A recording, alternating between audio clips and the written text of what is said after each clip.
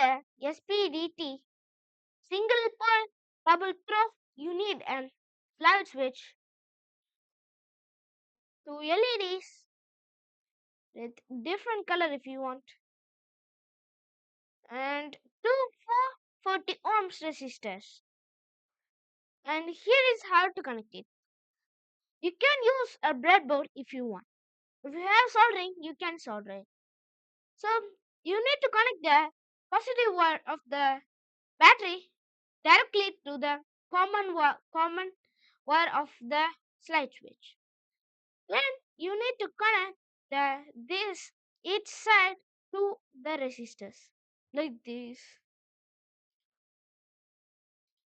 Like this, you have connected it.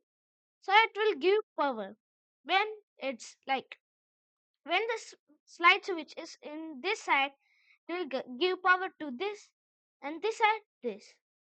And you need to connect the anode of the LED to the resistors. Like this, you need to connect it. After you connect it, you need to connect the ground negative wire of the 9-volt battery directly to the cathode of both LEDs.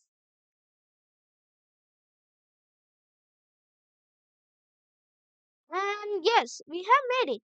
Now let's test it out. So when the slide switch is on this side, the LED turns on. This side, blue, red, blue. You can create your own.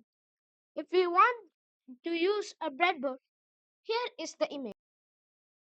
Now, see here. I have made this circuit. First, you need to give the 9-volt battery to the power rails.